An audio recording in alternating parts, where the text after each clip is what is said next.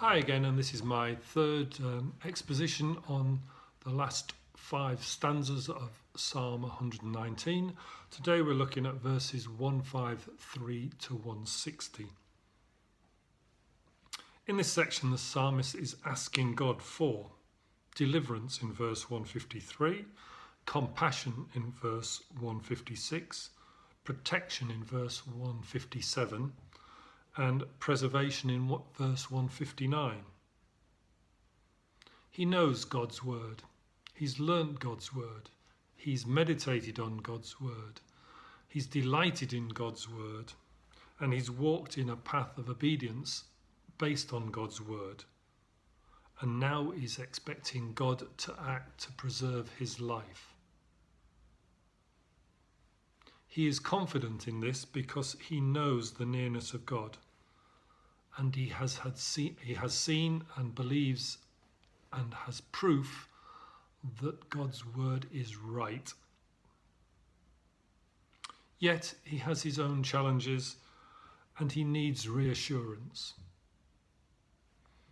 In this time of a global pandemic of COVID and the last 8 months where normality has been changed, I guess we're probably in need of that reassurance of God's love, God's compassion for us, God's protection over us, God's walking with us in this circumstance.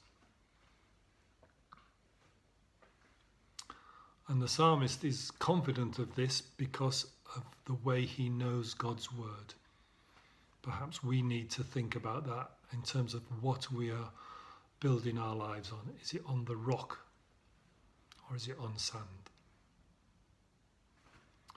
In verse 160 it's a little odd, and the psalmist talks about the faithless with loathing. I'm not sure I agree with that attitude, and I believe it's been replaced by Jesus' statement to love our enemies. So I think we can see that's been updated in the new covenant.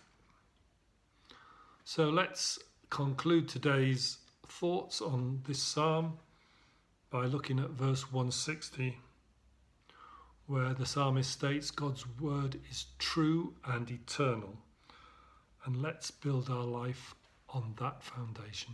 Thank you, and I'll see you again tomorrow. Bye.